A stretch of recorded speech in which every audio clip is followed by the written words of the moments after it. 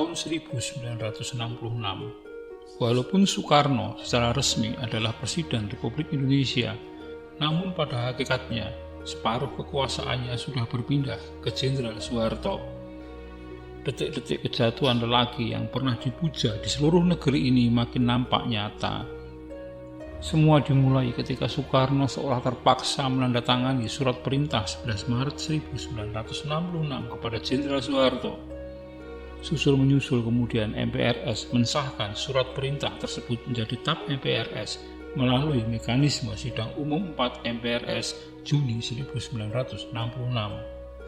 Disusul penolakan pidato pertanggungjawaban Soekarno yang ia berjudul Nawa Aksara atau 9 pokok tertulis oleh MPRS.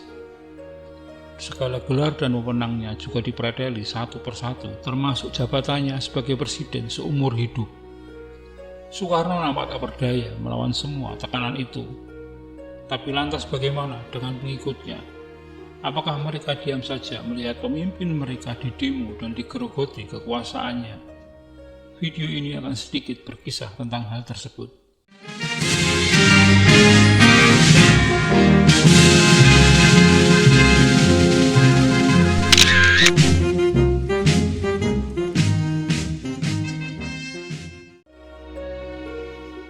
Namun sebelum dilanjutkan video ini, mohon bantuannya untuk mengklik tombol subscribe di bawah ini. Bagi Anda yang belum berlangganan channel ini, guna bersama-sama membangun channel ini dan agar Anda tidak ketinggalan update terbaru dari channel ini.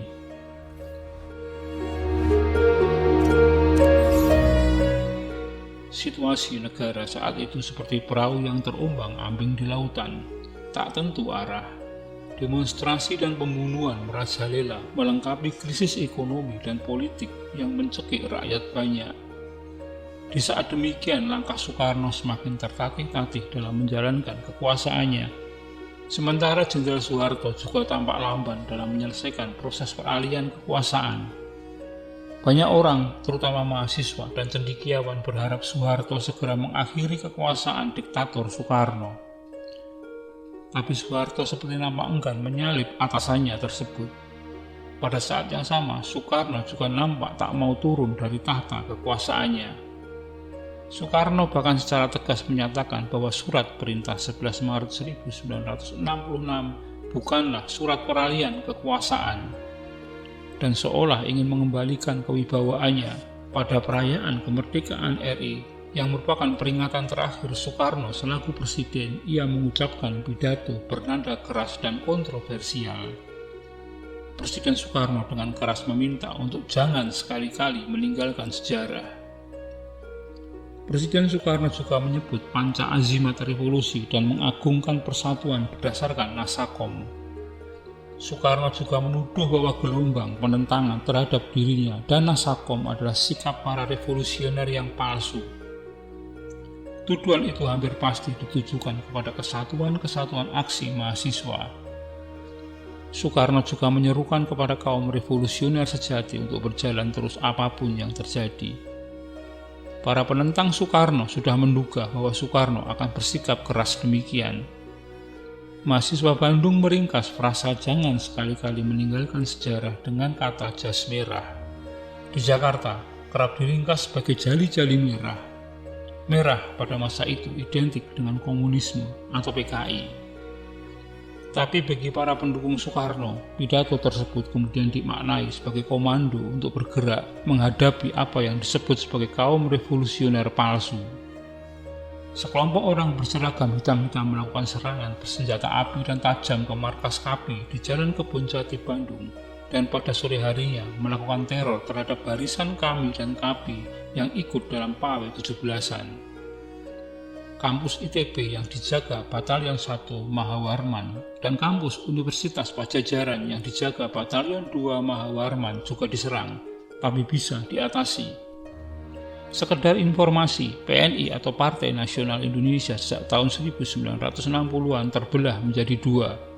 PNI pimpinan Ali Sastro Amijoyo Surahman atau PNI ASU dan PNI pimpinan Osa Maliki dan Usep Ranawijaya atau PNI Osa Usep. Serangan terhadap para penentang Soekarno yang paling besar terjadi pada 19 Agustus 1966. sekelompok orang berpakaian hitam-hitam menyerang markas-markas kesatuan aksi di berbagai perguruan tinggi di Bandung. Mereka diidentifikasi sebagai anggota PNI ASU. Hari itu, setelah satu gerombolan liar menduduki markas KAPI pada jam 8, 2 jam kemudian giliran markas kami dan KAPI di Jalan Lembong diserang tak kurang dari 200-an orang yang bersenjata api dan tajam. Mereka meneriakkan yel-yel hidup Bung Karno, ganyang kami dan KAPI, dan kami KAPI pelacur, dan sebagainya. Mereka merusak markas tersebut. Mereka juga menurunkan bendera-bendera dan papan nama kami dan KAPI. Mereka juga melukai beberapa anggota kami dan KAPI di tempat itu dengan senjata. Teror dan penyerangan berlangsung diiringi dengan tembakan senjata api yang mengindikasikan terlibatnya sejumlah anggota kesatuan militer. Setelah penyerangan di Jalan Lembong itu, serangan berlanjut ke kampus Universitas Parahyangan di Jalan Merdeka yang merupakan siku Jalan Lembong. Sejumlah mahasiswa anggota kami dan resimen Mahawarman di kampus itu mencoba mempertahankan kampus. Tembakan peringatan ke atas yang diberikan anggota-anggota Mahawarman langsung dijawab dengan tembakan mendatar yang terarah, sehingga melukai beberapa orang anggota Mahawarman. Salah seorang anggota resimen Mahawarman, Julius Usman, tewas terkena tembakan. Seorang reporter mingguan mahasiswa Indonesia yang berada di lokasi kejadian melaporkan bahwa banyak di antara penyerang-penyerang itu adalah anak-anak tanggung dan pada umumnya terdiri dari para gelandangan. Kemudian terungkap bahwa sebagian massa yang dikerahkan adalah kalangan penjahat dan tukang-tukang pukul dari wilayah basis-basis PKI dan PNI ASU. Maka dapat dikatakan bahwa pelaku teror dalam peristiwa 19 Agustus 1966 sebagai barisan Soekarno. Memang pada bulan Februari 1966, sebuah kelompok yang disebut Barisan Soekarno pernah melakukan pendudukan kampus ITB dipimpin aktivis GMNI Siswono Yudhoyono. Tetapi di kemudian hari Siswono menolak tuduhan pelaku kekerasan dalam peristiwa 9 Agustus 1966 itu dilakukan oleh Barisan Soekarno dan GMNI yang ia pimpin.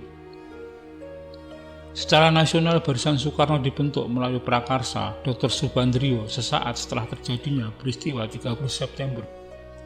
Penyusunan barisan ini dilakukan untuk mengimbangi kekuatan mahasiswa dan pelajar tahun 1966. Beberapa waktu setelah peristiwa 19 Agustus, Kodam Siliwangi melakukan pembersihan di internal mereka.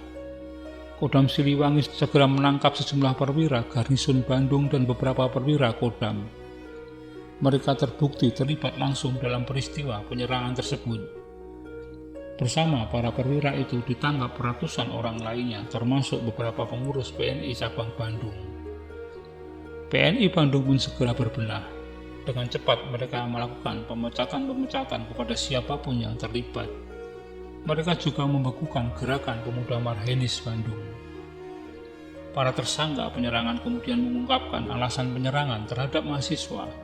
Salah satunya adalah aksi kami dan KAPI tanggal 18 Agustus 1966 yang disertai insiden penurunan dan penyobekan gambar-gambar Soekarno. Bagi Barisan Soekarno, itu sebagai penghinaan yang luar biasa yang harus dibalas. Sementara Front Pancasila Jawa Barat menganggap pidato jas merah Soekarno telah menjadi pemicu benturan dalam masyarakat. DPP PNI Osa Usep melalui ketuanya Osa Maliki juga menuding aksi penurunan dan penyobekan gambar Bung Karno sebagai pemicu kemarahan pendukung Soekarno. Yang jelas, sekuat apapun para pendukung Soekarno mencoba mempertahankan status quo, sejarah membuktikan perubahan tak pernah bisa dihindari. Demikian sekilas tentang peristiwa 19 Agustus 1966. Terima kasih telah menyaksikan video ini hingga selesai. Semoga bermanfaat. Dan sekali lagi, jika Anda berkenan silakan subscribe, like, komen, dan share untuk teman-teman Anda.